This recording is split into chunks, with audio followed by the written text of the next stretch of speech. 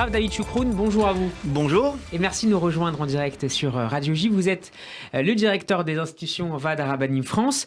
Votre association caritative organise comme chaque année à l'occasion de la fête de Pourim plusieurs actions. Parmi les mitzvot de Pourim bien connues, il y a notamment celle de Matanot Le'Evonim, le don, le cadeau, qui peuvent de la nourriture, de l'argent aux pauvres. Quelle est l'origine de cette mitzvah d'abord, de ce commandement ? L'origine de cette mitzvah, en fait, elle est très simple. On sait que durant Pourim, Haman a voulu détruire le peuple d'Israël. Il y a eu un grand miracle par l'intermédiaire de Mordechai et d'Esther. Et pour fêter ce miracle, Hachem nous a donné, les sages ont décrété de faire une grande fête, la Seudat de Pourim, le fameux Mishté, à part bien sûr la lecture de la Megillah. Donc qui aura lieu mardi prochain. Qui aura lieu bien sûr mardi prochain. Maintenant, on sait qu'une fête ne peut pas être complète si tout le monde ne peut pas se réjouir. Et pour permettre justement à tout le monde de se réjouir, les sages ont décrété de donner Matanot Le'Evionim, le don aux pauvres, justement pour permettre à ces pauvres que eux aussi de passer la fête d'une façon normale. D'ailleurs, la somme que l'on doit donner de Matanot Le'Evionim, c'est la somme d'un repas. Donc, quel est le minimum à donner pour effectuer correctement cette Alors, le minimum à donner, c'est de quoi passer un repas de base. En Israël, on dit que c'est à peu près de 10-15 shekels, donc l'équivalent de 3-4 euros. Mais un peu plus en France. Voilà, oui, bien sûr. Maintenant, nos sages nous ont dit qu'il faut donner un repas qui soit conséquent quand même, pas juste pauvres, un petit concombre tomate. Voilà. Donc, on va donner un petit shawarma, peut-être. Donc, c'est à peu près dans les 50 shekels. Aujourd'hui, la somme de Matanot Le'Evionim est autour de 26-28 euros pour deux pauvres. Alors, rappelez-nous l'origine, David Choukroun, de votre association qui remonte à loin et qui s'est fait connaître notamment par le soutien que lui ont apporté de très grands maîtres. Alors, le Vaad HaRabbanim a été créé depuis maintenant plus de 20 ans par le Rav Eliashiv, un des grands de la génération précédente. Et grâce à sa transparence, parce que le Vaad HaRabbanim a un mot d'ordre d'avoir une transparence totale. C'est-à-dire, on sait exactement l'argent d'où il vient et où il est distribué, quelles sont les quantités. Enfin, tout le monde y a accès et peut savoir exactement ce qui se passe au Vaad HaRabbanim. Et grâce à ça, le Vaad HaRabbanim a toujours été suivi, présidé par les grands d'Israël, que ce soit le Rav Eliashiv et après le Rav Steinman et le Rav Kanievski, ou aujourd'hui même des rabbanim d'ordre Sfarad comme le Rav Elbaz ou le Rav Hillel. Bien sûr, les grands Admourim, eux ont toujours présidé et soutenu le Vaad HaRabbanim par rapport aux actions qui sont faites. On sait que là, Pourim, on veut aider, Bezrat Hashem, plus de 6000 familles dans le besoin pour passer Pourim dignement. Donc 6000, on peut multiplier à chaque fois par 5 à chaque fois par famille, j'imagine, après oui, au minimum. Au moins. Minimum, c'est ça. Au moins. C'est plus de dizaines de milliers de personnes qui vont être soutenues. Et les sommes vont être conséquentes, vont varier entre des bourses de 300 à 1000 euros, ou des fois peut-être même plus, chacun en fonction du dossier qu'il a présenté. Est-ce que vous avez noté sur le terrain qu'il y avait ces derniers mois une augmentation du nombre de demandeurs, du fait notamment de l'inflation ? Alors, écoutez, en Israël, malheureusement, il y a 2 ans ou il y a 3 ans, il y avait le corona. Après, il y a eu l'inflation et avant, il y a eu d'autres raisons. Donc, malheureusement, les demandes sont toujours en augmentation.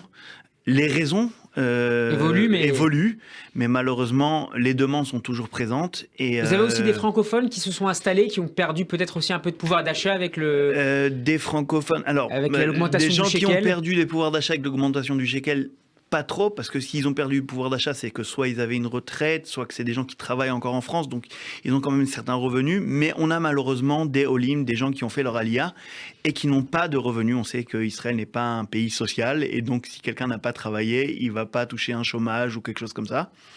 Donc, on a des familles francophones qui nous demandent de l'aide et qu'on essaye d'aider aussi, bien sûr, bien évidemment. Vous parliez de 6000 familles pour la fête de Pourim. De manière générale, tous les mois, combien de familles, combien de couples sont aidés, sont accompagnés pour le Vaad HaRabbanim ? Sous différentes modalités, j'imagine. Alors, ça va varier parce qu'en fait, le Vaad HaRabbanim, on organise des grandes campagnes durant les fêtes. Donc, c'est Pourim, Pessah, Shavuot, bien sûr les fêtes de Tishri, Rosh Hashanah et Hanouka. C'est surtout là, pendant ces moments-là que vous les aidez ? C'est surtout à ces moments-là qu'on va aider les familles. Mais comme vous voyez, là, je vous ai cité, c'est 6 mois. Donc, c'est en fait une fois tous les 2 mois dans lesquels on va donner des aides. Ce sont des grandes campagnes autour des fêtes. Voilà. Bien sûr, après, des familles dont lesquelles on va avoir, que dans les dossiers, on va avoir une étude qui a besoin d'une aide systématique systématique tous les mois, à ce moment-là, ça sera bien sûr apporté. Je précise qu'il y a quelque chose quand même assez important à voir et à savoir avec le Vada Rabbanim, c'est qu'il y a des fonds de soutien, à part les grandes campagnes qu'on organise, il y a des fonds qui sont dédiés pour des familles, spécialement. Ça, c'est en fonction du besoin. Ça peut être le décès du père de famille, de la mère de famille, ça peut être une maladie grave, ça peut être beaucoup de choses. Et là, c'est des grandes campagnes qui sont organisées et tout l'argent est entièrement reversé à la famille.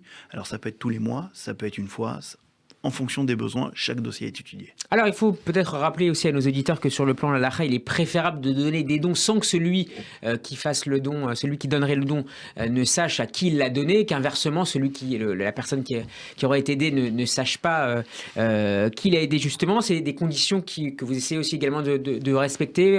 Vous mettez en avant, j'imagine. De respecter, en fait, les personnes qui vont recevoir cet argent. C'est pas facile d'être dans le besoin, c'est encore moins facile de tendre la main et c'est encore moins facile de recevoir.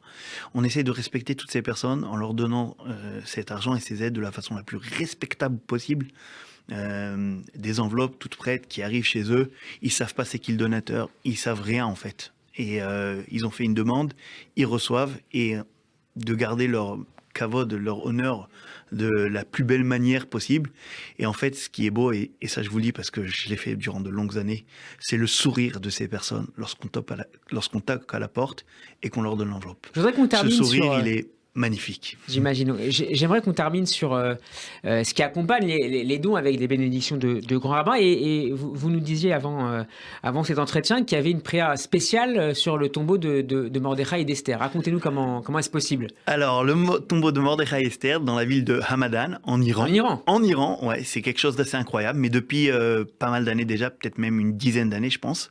Bien avant l'ère WhatsApp, on a eu le contact avec des rabbinim de la communauté locale en Iran. On sait qu'il y a des juifs localement sur place. Et par l'intermédiaire d'un contact par un pays tiers, on a eu un contact avec eux. Et eux aussi ont compris la force du Vada Rabbanim et ils ont dit on va aller sur la tombe de Mordechai et Esther en Iran le jour de Ta'anit Esther pour prier pour tous les donateurs. Donc, et depuis, c'est devenu une habitude. Tous les ans, ils s'y rendent et ils prient, c'est merveilleux. Comment est-ce que nos auditeurs et auditrices peuvent contribuer à cette campagne c'est très simple. Téléphone 0800 106 135, 0800 106 135, un standard qui est toujours accessible. Bien sûr, sur le net, www.vadarabani.org. Et pour ceux qui en veulent envoyer un chèque, 10 rue Pavé, 75 004, Paris. Dans le 4e à Paris. Merci beaucoup, Rav David Choukroun, Merci d'avoir beaucoup, été avec nous. Merci à tous les auditeurs. Pourim Samer. Pourim Samer, vous êtes le directeur des institutions Vada Rabbanim France. À très bientôt sur Radio J. Pourim Samer.